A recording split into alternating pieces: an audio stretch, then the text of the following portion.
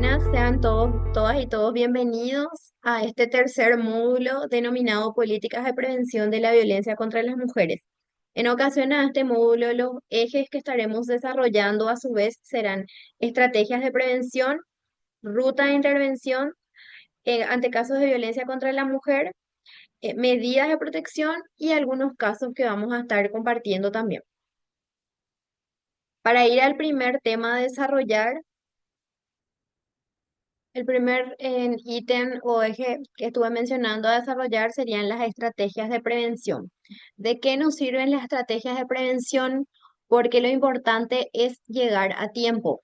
El Estado no puede llegar tarde ante los casos, o sea, cuando una mujer ya se anima a realizar la denuncia, ya es tarde. Cuando ocurre un caso de feminicidio, ya es tarde. Entonces, trabajar en prevención significa que las mujeres puedan entender cuáles son las herramientas que tienen a su alcance para detectar que están en una relación que no es sana, que puedan pedir ayuda o de lo contrario salir a tiempo de ese tipo de círculos en los que se encuentran. Entonces, al hablar de estrategias de prevención nos referimos a eso. ¿Cuál es el eje temático? Son las campañas de sensibilización y capacitación, es decir, trabajar en prevención es trabajar con la población en general, con instituciones del sector privado e instituciones del sector público. La violencia contra las mujeres proporciona el eje temático de una vía libre de violencia, proporcionan herramientas y conocimientos para identificar, prevenir y actuar ante situaciones de violencia contra las mujeres, información sobre la ruta de intervención institucional, sobre el contenido de la ley, así como los recursos y servicios integrales gratuitos que brinda el Ministerio de la Mujer para los casos. Es decir, que esté al alcance y al conocimiento de todo el mundo cuáles son las herramientas con las que se cuenta, qué hacer ante un caso de violencia, a qué instituciones puedo recurrir y qué función cumple cada institución del Estado dentro de este engranaje. O sea, si recurro a qué institución, qué voy a obtener a cambio o qué puedo conseguir allí. Dentro de las estrategias de prevención también podemos hablar de las campañas de sensibilización que lleva a cabo el Ministerio de la Mujer. En primer lugar, tenemos Noviazgos sin Violencia, que busca promover rasgos y pautas culturales respetuosas de igualdad entre mujeres y hombres, libre de violencia en las relaciones de noviazgo de adolescentes y jóvenes a través de sensibilización en instituciones educativas.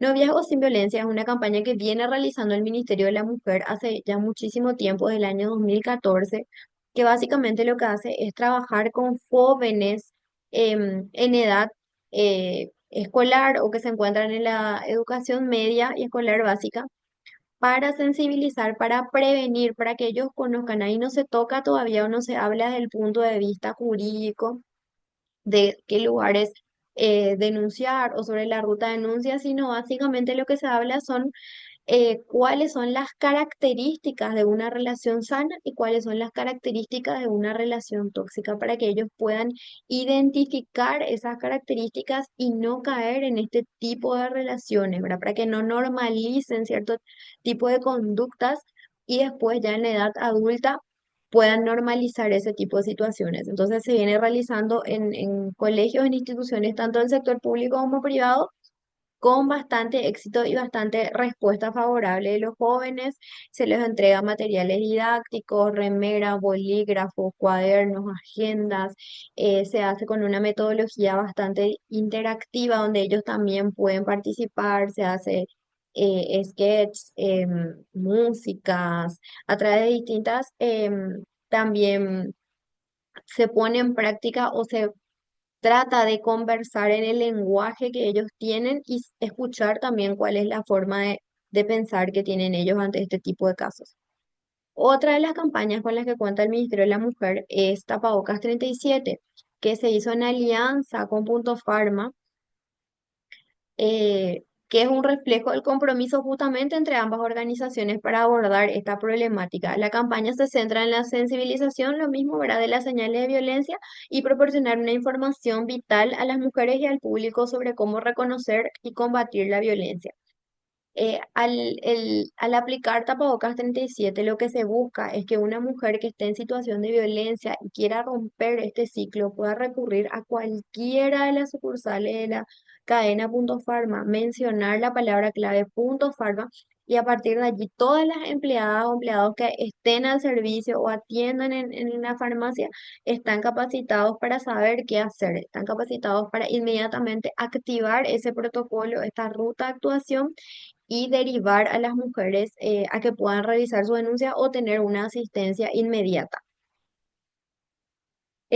Y tenemos también otro lema que estamos llevando a cabo, que es todos los meses son noviembre. ¿Por qué todos los meses son noviembre? Porque como sabemos, el 25 de noviembre es la fecha conmemorativa de la eliminación de la violencia contra las mujeres. Entonces, para que no sea solamente noviembre el mes en el que hablemos de la violencia hacia las mujeres, en el que queramos conocer y capacitarnos sobre este tema, entonces, el lema todos los meses de noviembre busca que en todo el año se pueda estar hablando de este tipo de situaciones.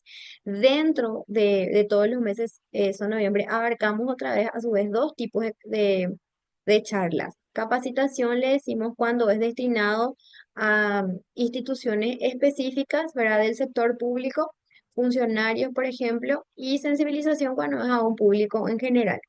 Se puede hacer en base a capacitar sobre la Ley 5777 de Protección Integral contra toda forma de violencia, para que las personas puedan conocer referente a lo que nos habla la ley en cuanto a las 15 formas de violencia, en cuanto a la ruta de denuncia, en cuanto a lo que es el feminicidio, etcétera. A su vez, también hacemos en otra modalidad para los trabajadores, reitero, del sector público y privado, lo que sería el acoso sexual y la violencia laboral propiamente dicha. Se hace también desde el Ministerio de la Mujer la asistencia técnica para que las empresas, así como instituciones, puedan contar con un manual de procedimiento dentro de su reglamento interno, para que las mujeres que se encuentran en este tipo de situaciones dentro de su ámbito de trabajo puedan tener una herramienta cómo denunciar de manera interna tanto casos de acoso como de violencia laboral, o también conocido hoy en día como moving. Otra de las formas sería otra de las estrategias de prevención, perdón, sería el protocolo de acción institucional eh, llamado Promovi. ¿Qué es lo que nos dice el Promovi, o qué herramientas nos da? ¿Qué es lo que tiene que hacer cada institución, o cuál es el trabajo que debe desempeñar cada institución dentro de este procedimiento? Es decir, cuál es la función del Ministerio de la Mujer, cuál es la función de la Fiscalía, cuál es la función del Juzgado de Paz, cuál es la función del Ministerio de Salud, del Ministerio del Trabajo, del Ministerio de la Niñez, etcétera, dentro de este engranaje en el que todos somos responsables.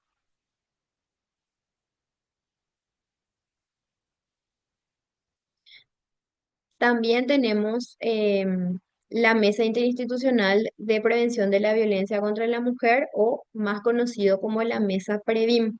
Esta mesa está establecida dentro de nuestra ley 5777 de Protección Integral contra toda forma de violencia, en su artículo 27, en el que establece que se debe conformar esta mesa interinstitucional integrada por todas estas instituciones que voy a mencionar a continuación, y en lo que generalmente se pone a conocimiento cuando hay alguna ley, algún artículo que se va a modificar dentro de la ley, algún caso que está siendo bastante mediático o que no está obteniendo respuestas, entonces se evalúan también los casos allí. Eso como para explicarles un poco más en la práctica cómo funciona la mesa previa.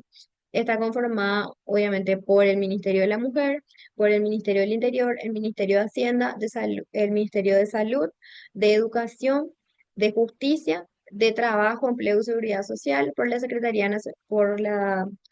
Nacional, decía en aquel entonces la ley, hoy en día ya Ministerio de la Niñez y la Adolescencia, la Dirección de Estadísticas y Censos, la Secretaría de Acción Social, que hoy también ya denominado Ministerio de Desarrollo Social, la Secretaría de Emergencia Nacional, eh, MITIC, el Ministerio Público, obviamente, el Ministerio de la Defensa Pública, eh, la Secretaría por los Derechos de las Personas con Discapacidad, el Poder Judicial, las comisiones de equidad y de género de la Cámara de Diputados como de la Cámara de senadores y por 5 representantes de la sociedad civil. Esos son los que conforman lo que sería la mesa Previm.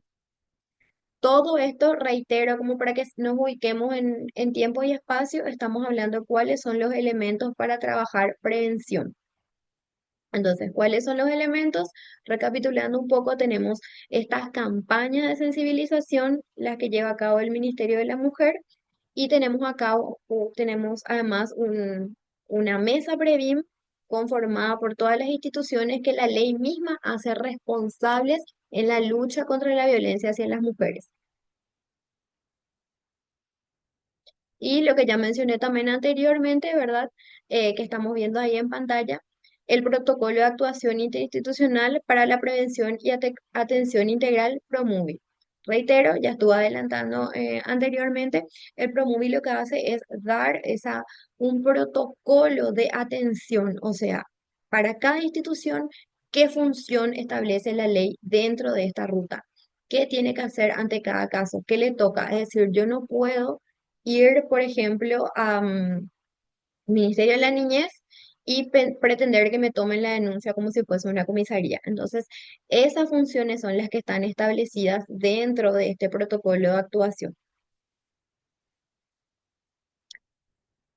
Y bueno, con esto cerramos lo que sería este primer punto en cuanto a a las estrategias de prevención.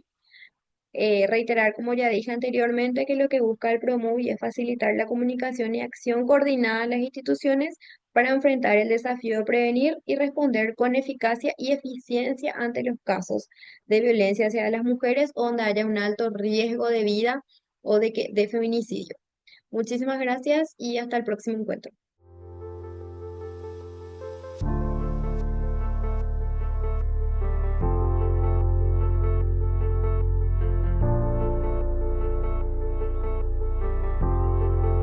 Buenas, sean todas y todos bienvenidos a este encuentro virtual. En esta ocasión estaremos desarrollando el módulo 3, Políticas de Prevención de la Violencia contra las Mujeres. Los ejes temáticos a desarrollar dentro de este módulo son estrategias de prevención, ruta de intervención ante casos de violencia contra la mujer, medidas de protección y casuística. Esos son los ejes desarrollados, pero puntualmente nuestro tema dentro de esto sería ruta de intervención y medidas de protección, lo que estaremos desarrollando a continuación. En lo que respecta a la ruta de intervención ante casos de violencia contra la mujer y medidas de protección, vamos a continuación estar explicando para que toda persona que esté escuchando esto sepa qué hacer ante un caso de violencia contra las mujeres. En primer lugar, eh, ¿de dónde yo estoy sacando todo esto que estoy mencionando?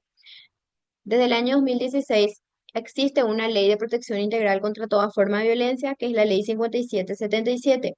Esta ley 5777 es la que nos da la herramienta para hablar tanto de prevención, atención, sanción y reparación ante casos de violencia contra las mujeres y feminicidio. Dicho esto, en el artículo 47 de esta ley ya mencionada, habla de que la denuncia puede ser presentada sin necesidad de contar con patrocinio de abogado. Es decir, que cualquier mujer que esté en situación de violencia que desee realizar la denuncia puede hacerlo de manera verbal. Será transcripta, obviamente, por los que tomen la denuncia, pero no necesita para el efecto patrocinio de ningún abogado. ¿Cuáles son los lugares donde se puede realizar la denuncia? La comisaría, el juzgado de paz y el Ministerio Público.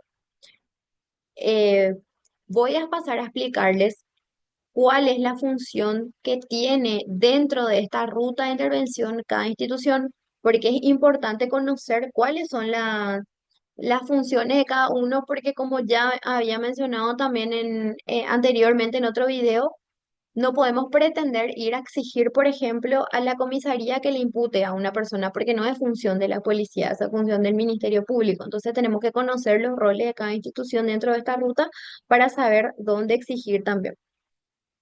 Dicho esto, cuando hablamos de casos de detección de violencia contra las mujeres, Hay 17 instituciones que forman parte o que la ley misma, la ley 57 de 77, les hace responsables de una actuación o de un trabajo conjunto para prevenir este tipo de situaciones.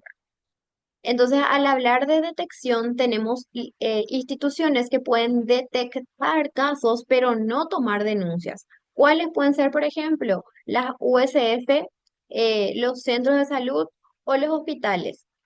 Es decir, cuando una mujer va a consultar, por ejemplo, muy probablemente no quiera, ella no tenga intenciones de hacer la denuncia, pero o por ocasión a esa pelea tuvo un golpe y tuvo que ir a consultar, ¿verdad? Entonces ahí los que le atienden pueden detectar que se trata de un caso de violencia y activar este protocolo de actuación. Otra forma sería a través de la línea 911 de la policía, por ejemplo, que famosos los vecinos llaman ante un caso de disturbios. em, o cuando escuchan que hay pelea en la casa o llama a algún familiar, no precisamente la víctima.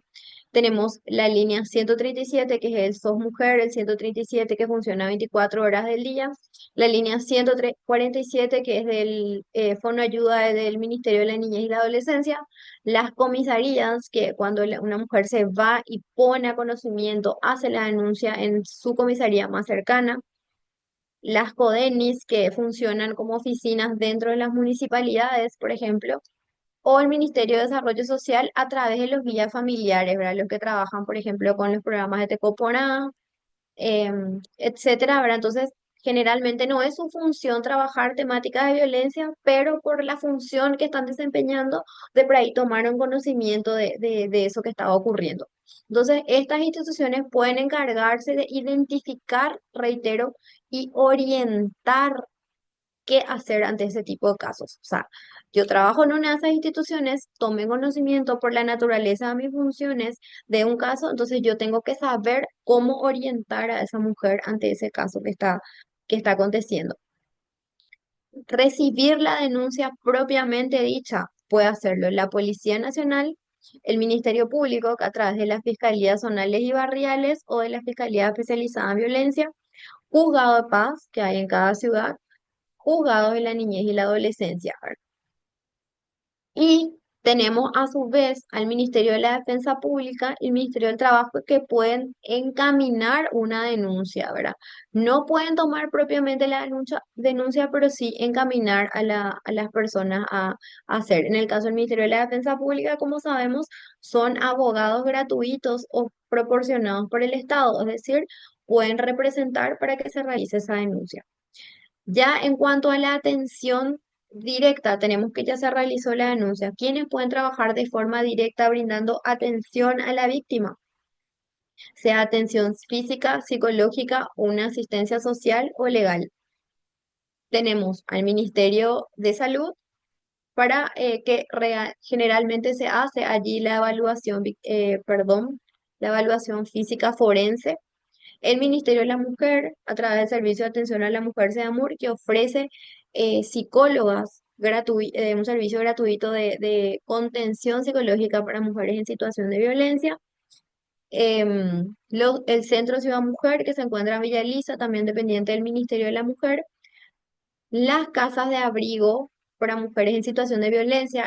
El Ministerio de la Mujer tiene un albergue en el Departamento Central, tiene también un albergue en Curuguatú, otro albergue en Ciudad del Este. Esos dependen exclusivamente del Ministerio de la Mujer. Ahora bien, nuestra ley 5777 menciona que el Ministerio de la Mujer debe trabajar de manera articulada con las gobernaciones para que se vaya esto descentralizando y también en el interior del país las gobernaciones puedan crear sus albergues para que no se produzca este desarraigo a las mujeres de ser trasladadas tan lejos de su lugar de residencia para estar en una casa acogida. Entonces, actualmente eso ya se dio cumplimiento. Tenemos que el departamento de Itapúa, por ejemplo, cuenta con su albergue, la Municipalidad de Asunción cuenta con un albergue. El departamento de Ñembucú también recientemente inauguró un albergue y así lo que se busca es que esto se vaya incrementando por departamentos. El Ministerio de la Niñez y la Adolescencia también puede prestar una atención física y psicológica a través de sus centros de protección o de sus centros de reacción inmediata también con los que cuentan y las CODENI, ¿verdad? Porque siempre tenemos también como víctimas de violencia colaterales a los niños, a los hijos menores de esa mujer que está atravesando esa situación. Ahora bien, ¿quiénes pueden ya brindar protección para adoptar medidas de protección propiamente dicha a las mujeres en situación de violencia? Juzgado de Paz, Ministerio Público, como ya dije, a través de sus fiscalías zonales o regionales, y la Policía Nacional. Para explicar un poco cómo funciona este sistema, les explico ahora lo que serían las medidas de protección propiamente dichas. Antes de que esta ley 5777, de la que yo le estoy hablando, exista, ya teníamos una ley que es la ley 1600 de violencia doméstica vigente del año 2000. Esta ley 1600 ya nos da las herramientas para denunciar violencia doméstica. Se vio estadísticamente que a raíz de la existencia de esta ley 1600 eran mayormente mujeres quienes recurrían a los juzgados de paz a denunciar ser víctimas de violencia de sus parejas o exparejas. Entonces, se viene a ampliar esta medida de protección a través de la ley 5777. ¿Cuáles son las medidas de protección que ya tenían establecidas las mujeres en la ley 1600? Para explicarles eso hay que retroceder un poco a esta ruta nuevamente, ¿verdad? Teníamos en primer lugar la comisaría. ¿Qué les puedo decir de la comisaría? Que cualquier mujer que esté en situación de violencia puede recurrir a la comisaría más cercana que tenga a su alcance. No hace falta que sea la comisaría de su barrio, de su jurisdicción. Si ella salió de su casa y fue a vivir a lo de su mamá, que es en Ciudad del Este, le tienen que tomar la denuncia en la comisaría de Ciudad del Este. No le pueden decir, volvé a Asunción, de donde eras porque ahí ocurrió el hecho. No, no existe jurisdicción en el ámbito de violencia de la comisaría. Eso es derivado del juzgado de paz para que el juzgado de paz otorgue estas medidas de protección. Las tres establecidas en la 1600 y como estarán viendo en pantalla, el artículo 43 de la ley 57 de 37 nos dice la medida de protección sin perjuicio de lo establecido en la ley 1600. Dice, ¿qué quiere decir? Que las medidas de protección ya establecidas en la ley 1600 se siguen manteniendo. ¿Y cuáles eran las medidas de protección establecidas en la ley 1600? Tenemos en primer lugar la exclusión de hogar, que es cuando la pareja convive bajo el mismo techo, sean concubinos, esposos, no importa el vínculo, sino que estén conviviendo bajo el mismo techo.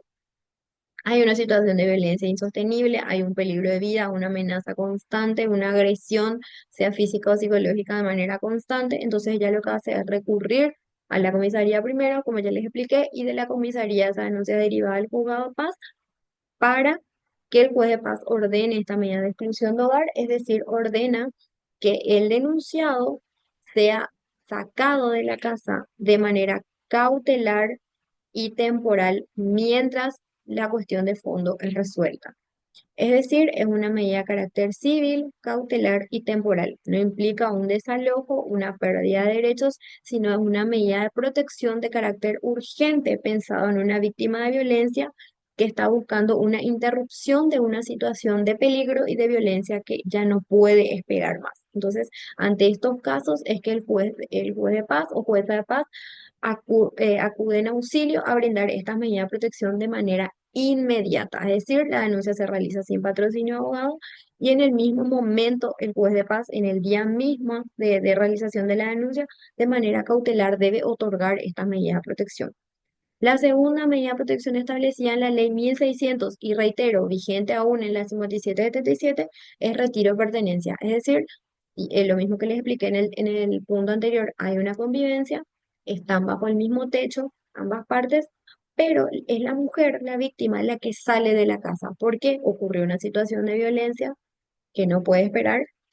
Ella sale huyendo de la casa. Vemos en este supuesto que ella no tuvo oportunidad de armar la maleta, armar las cosas, juntar lo que necesitaba para ella, para sus hijos menores. No están dadas las condiciones para que ella se siga quedando en la casa, en esa casa, porque por ahí viven los suegros bajo el mismo techo, es un predio familiar de su pareja. Entonces, ella por seguridad decide irse, sea que se vaya a lo de algún familiar o sea que ingrese a alguna casa de acogida pero no preparó nada, no preparó las cosas, la ropa, nada. Entonces, ante estos casos recurre, mismo procedimiento comisaría, juzgado de paz, para que se le establezca esta medida de retiro de pertenencias. Entonces, ella es acompañada por efectivos policiales hasta la casa para sacar todas sus cosas en ese momento, las cosas de ella, y si hubiese hijos menores de por medio, también la de los hijos menores.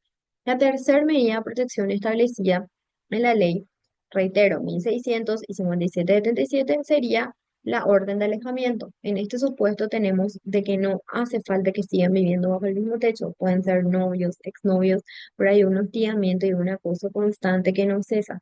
La relación terminó, pero una de las partes no acepta. Entonces, le amenaza que le va a matar, le pesca frente al trabajo, frente al colegio, le hace guardia, le llama todo el tiempo. Ella le bloquea un número, le vuelve a llamar de otro número, le espera frente al colegio, perdón, frente a la facultad, frente al trabajo. Entonces ella ante ese caso recurre al juzgado de paz y solicita una orden de alejamiento, es decir, una restricción de que esta persona se acerque a ella a 500 metros. También en todas estas tres medidas de protección que yo mencioné, quienes se encargan de notificar y dar cumplimiento, la policía. O sea, la policía acompaña este procedimiento. Y a más de esto también, la ley 5777 amplía un poquito más, estableciendo, por ejemplo, lo que le decimos normas de conducta, es decir, establece en esa orden que saca el juzgado prohibir, por ejemplo, agredir de manera directa o indirecta, intimidar, acosar. Puede disponer un inventario de bienes de la comunidad conyugal o los bienes propios de la pareja. em, Etcétera. Ahora, esto entonces lo que hace la ley 5777 es nada más ampliar lo que ya establecía la ley 1600 anteriormente, ¿verdad?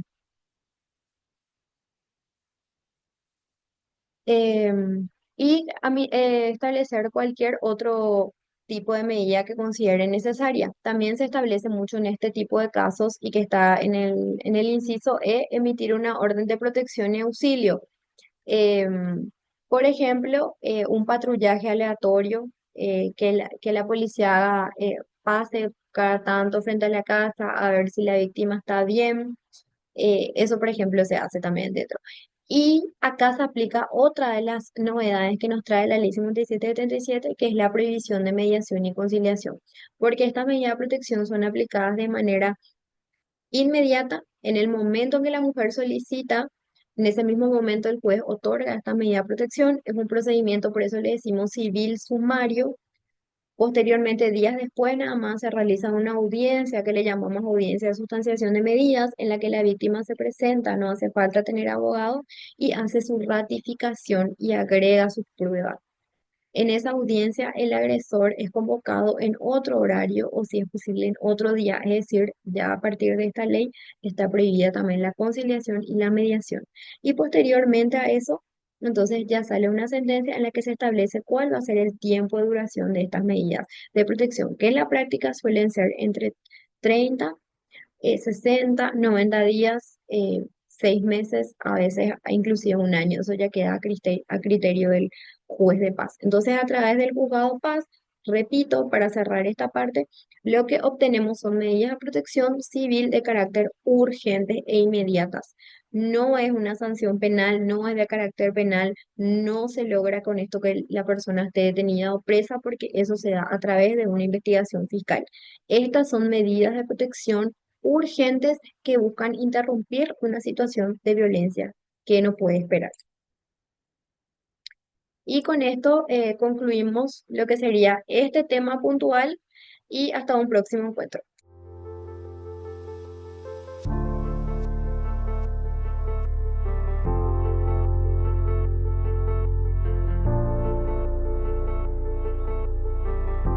Medios de comunicación. Para analizar los casos hay que aplicar todo lo que venimos desarrollando a lo largo de lo que sería este módulo, puntualmente, de prevención. Entonces, ¿qué es lo que hay que... ustedes van a leer igual los casos también que están aquí expuestos.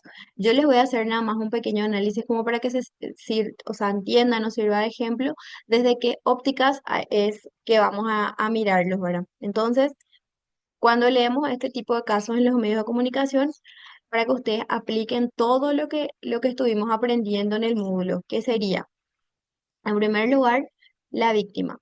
¿Cuáles son las fases en las que ella se encuentra? ¿En qué fase del ciclo de la violencia se encuentra? ¿Cuáles son sus características de ella como víctima o el síndrome de la mujer maltratada o el estrés postraumático que ya estuvieron viendo en unidades anteriores?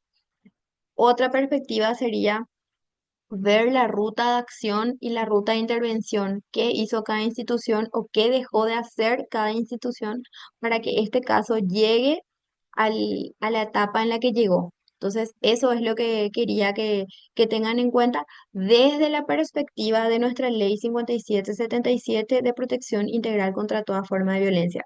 Como les estuve ya explicando también, y lo hizo también mi compañera en unidades anteriores, la ley 5777 nos habla, a más de la ruta de intervención que yo les expliqué, de 15 formas de violencia. Dentro de las 15 formas de violencia está la violencia física, psicológica, económica, sexual, laboral, em, económica, creo que ya dije, perdón si estoy repitiendo, y la telemática, contra la dignidad, la violencia institucional, obstétrica, etcétera. O sea, son 15. Yo les estoy como para que tengan en cuenta. Entonces, al ver este caso, tenemos que ser ya capaces de saber qué tipo de violencia es la que está sufriendo la mujer de este caso y cuál sería la ruta de intervención a llevar a cabo. Ahora bien, ¿qué dice el caso uno? Reitero, son noticias que fueron extraídas de medios de comunicación, en este caso de diarios. Una mujer que soportó durante 2 años la tortura de su pareja, quien la quemaba y golpeaba para purgar sus pecados, tras no soportar más, huyó y dejó a su hijo de tan solo 7 meses de vida en manos de su victimario, aunque con la ayuda de su suegra el niño le fue restituido. Un horrendo caso involucra a una mujer de 29, quien es la víctima, y un varón de 28, quienes vivían en el barrio de Ciudad Nueva de Encarnación. La víctima se encuentra ahora viviendo en el albergue para mujeres violentadas y realizó la denuncia correspondiente. Bueno, ¿qué podemos extraer puntualmente de esto? En primer lugar, dice soportó 2 años de tortura.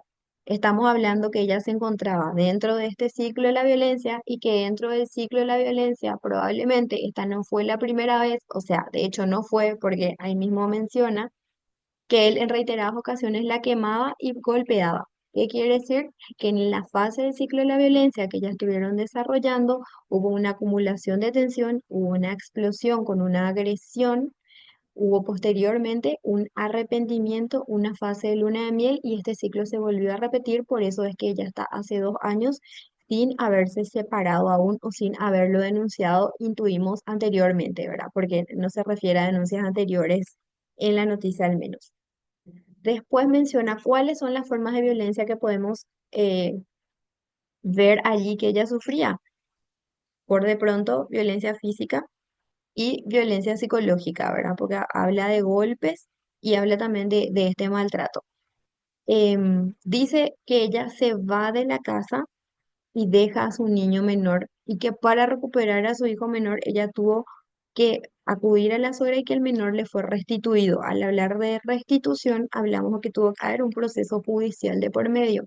Entonces, esa es una de las formas de violencia psicológica también, porque el agresor cuando se da cuenta que ya no puede a través de la mujer, que ella ya rompió el ciclo, que ella ya le denunció, que ella efectivamente ya contó lo que estaba pasando, que ella está decidida, ahí la violencia avanza hacia los hijos, que es lo que ella más quiere, ¿verdad? Empieza a chantajearles o a decirle que le va a quitar a sus hijos, que ella no tiene los medios económicos como para mantenerles, porque probablemente está en dependencia económica. Empieza a pelear batallas judiciales, le empieza a hacer denuncias falsas por maltrato infantil. Todo esto siempre es de manual, aunque no crean. Inmediatamente, entonces, ante un caso de violencia contra la mujer o violencia familiar, está enlazado denuncias de violencia, perdón, denuncias en el ámbito de la niñez y la adolescencia. Sí o sí hay. Entonces, hay que ver esto con una perspectiva de género, hay que ver esto ya como en los otros países se lo conoce como violencia vicaria, cuando abarca a los hijos, o sea, se utiliza a los hijos, pero el fin es seguir ejerciendo violencia hacia las mujeres. Se dan mucho también los casos, por ejemplo, que no hacen el régimen de visitas y le quiere caer a cualquier hora en la casa o le quiere llamar todo el tiempo por teléfono para saber qué hace su hijo, pero en realidad es una excusa porque lo que quiere saber es qué está haciendo ella, si ella salió, por qué salió, qué hora volvió de la casa o que no salga porque él va a ir a verle a la criatura. Son casos que diariamente estamos atendiendo y escuchando en nuestro servicio de atención a la mujer. Entonces, vemos eso aquí, ¿verdad? Que hubo probablemente una violencia ejercida también con un chantaje de que si me dejas, no le vas a ver más a tu hijo, ¿verdad? Entonces, por eso ella tuvo que hacer eso. Y por último, en el último párrafo se refiere a que la mujer ahora se encuentra viviendo en el albergue y que realizó la denuncia correspondiente, es decir, que ahora activó este protocolo, ahora se activó esta ruta y dentro de la ruta de intervención, el Ministerio de la Mujer, ¿qué función está cumpliendo aquí? Está cumpliendo la función de prestar asistencia a esta mujer víctima y le está ofreciendo un albergue para que su vida esté al resguardo mientras el caso es investigado. Entonces, hablamos también del albergue con el que cuenta el Ministerio de la Mujer dentro de los servicios y cómo se hace esa evaluación de riesgo para que las mujeres puedan ingresar ahí con sus hijos menores hasta que realicen la denuncia y hasta que su proceso esté encaminado. Entonces, por eso es muy importante ya a la hora de analizar cada caso tener en cuenta todo lo que hemos estudiado en las unidades anteriores.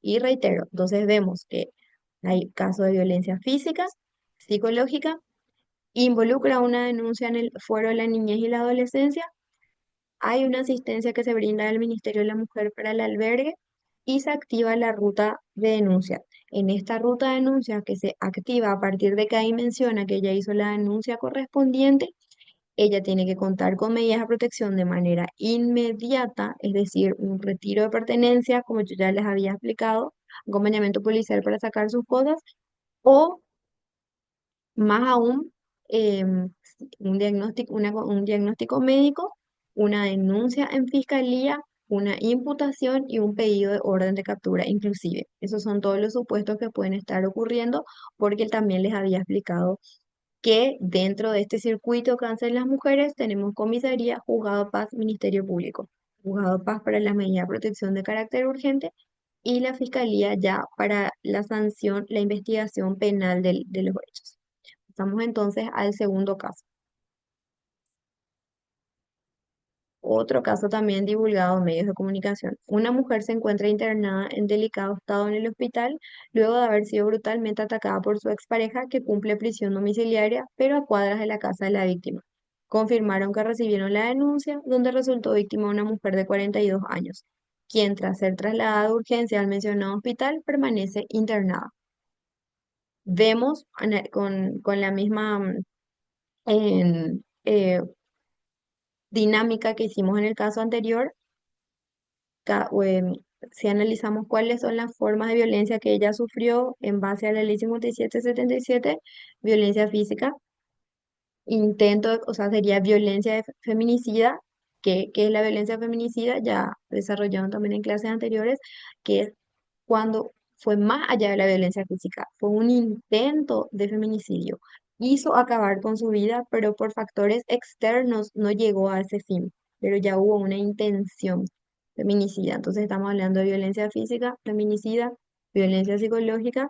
Estamos hablando que ella se encontraba también dentro de este ciclo de la violencia y estamos hablando que ella ya realizó la denuncia y entonces podemos mencionar ahí em, una violencia por parte del Estado al no prestar recaudo suficiente.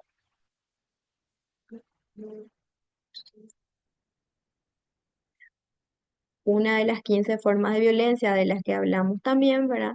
Que es la violencia institucional, me corrijo, dije violencia del Estado, violencia institucional, cuando los órganos del Estado, ante una denuncia, ante una mujer que ya decidió romper el ciclo, no prestaron la asistencia debida, es decir, la persona contaba con prisión domiciliaria, pero cerca de la casa de ella. O sea, no estamos hablando que hay un resguardo para su vida porque están ahí cerca nada más, ¿verdad?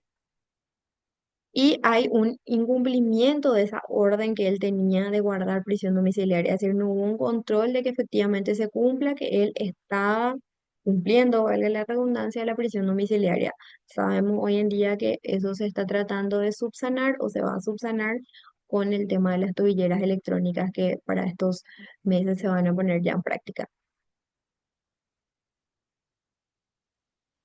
Y el tercer caso dice, la madre de 3 hijos teme por su vida al tener noción de la reacción violenta de su expareja que utiliza medios digitales para formular graves amenazas. Te voy a matar a vos y a tus hijos, esto no se va a quedar así, decía la advertencia de la expareja. Bueno, entonces, la misma dinámica.